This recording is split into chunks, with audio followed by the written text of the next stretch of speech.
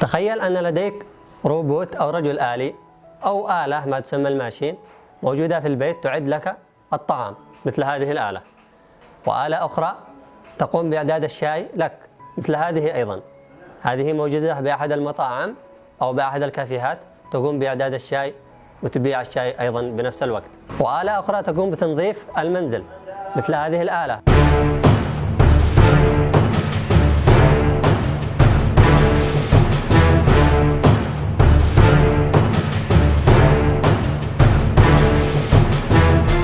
السلام عليكم ورحمة الله شباب، أهلا وسهلا بكم في فيديو جديد نتكلم فيه عن الذكاء الاصطناعي، بالتحديد عن الروبوتات، الرجل الآلي.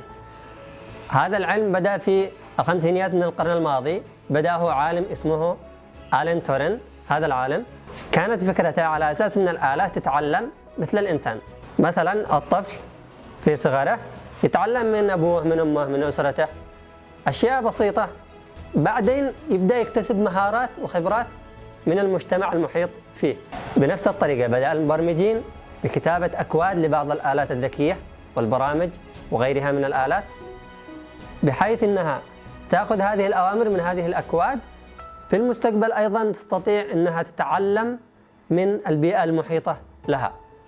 لعبة جو، هذه اللعبة لعبة صينية، قامت جوجل بتعليم كمبيوتر، جابت له بعض الفيديوهات على هذه اللعبة لمدة 40 يوم، وقام بمشاهدة هذا الفيديو، وبعد 40 يوم قام هذا الكمبيوتر الذكي باللعب مع أفضل لاعب بهذه اللعبة الذي لعبة جو، وفاز الكمبيوتر باكتساح.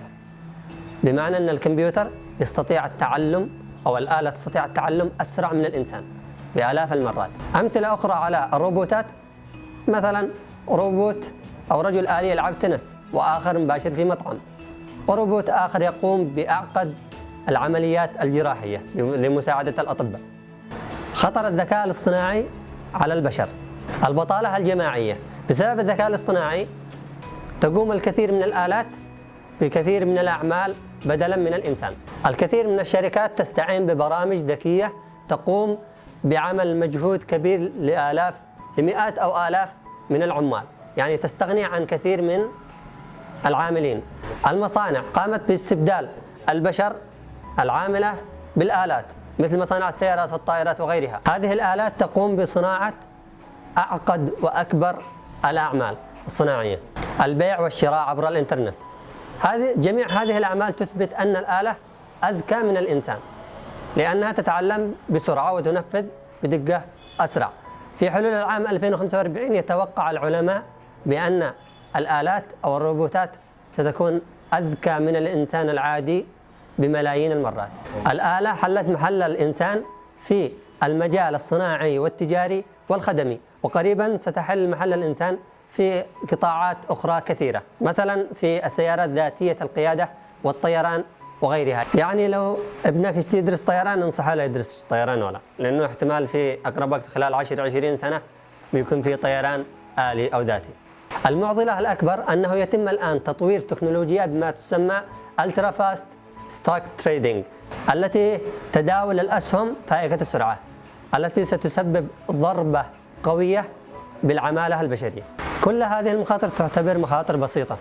إذا كانت هذه المخاطر مخاطر بسيطة، أيش المخاطر الكبيرة وأيش هو الخطر الأكبر من هذه التكنولوجيا؟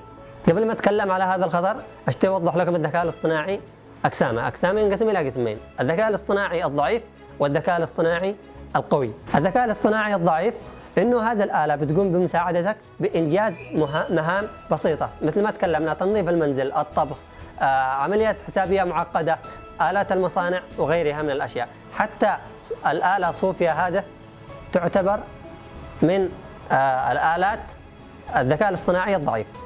النوع الثاني وهو الذكاء الاصطناعي القوي، وهو الذي يرتكز عليه الخطر.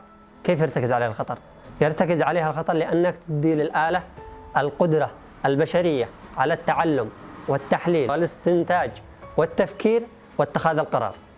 العقل البشري مبني على التعلم من التجارب وغيرها من الأشياء، وأيضا حاليا المبرمجين يقومون بكتابة أكواد للآلات بحيث أن تستطيع التعلم وأيضا اكتساب مهارات وخبرات مثل البشر.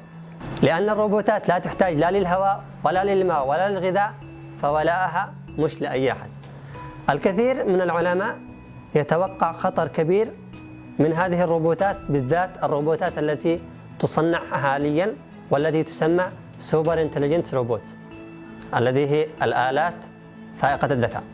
مثل ما تكلمنا على أن الروبوت مش محتاج للبشر، وهذا فعلا صحيح، لأن الروبوت بدأ يتعلم ويعتمد على نفسه. مثل هذا الروبوت حصل له خلل في أحد سيقانه لأنه معه أكثر من ساق، وقام بمعالجة هذه المشكلة بنفسه. ومش بعيد إذا وجد أكثر من روبوت ذكي أنه يتعلموا من بعض، كل روبوت يتعلم من الآخر، ويبدأوا بتصنيع روبوتات جديدة ويتكاثروا أكثر وأكثر. وبما أنها تتعلم وتحلل وتفكر وتستنتج وتتخذ القرار في يوم من الأيام بسبب ما يقوم به البشر من تدمير وحروب وخراب وقتل، يمكن هذه الآلات تتعلم نفس الشيء. مش تقوم يعني أني تحارب بصف البشر، قد تقوم بمحاربة البشر أنفسهم.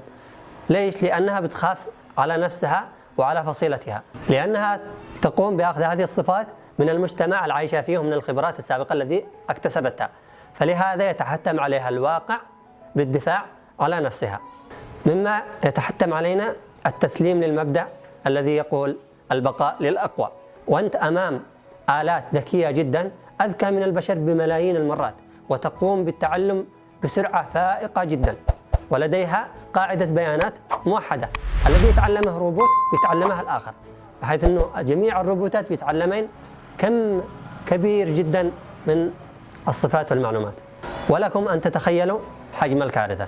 في نهاية الفيديو كل ما تكلمناه هو عبارة عن معلومات بسيطة حول هذا العلم الذي هو الارتفيشال انتليجنس أو ما يسمى بالذكاء الاصطناعي.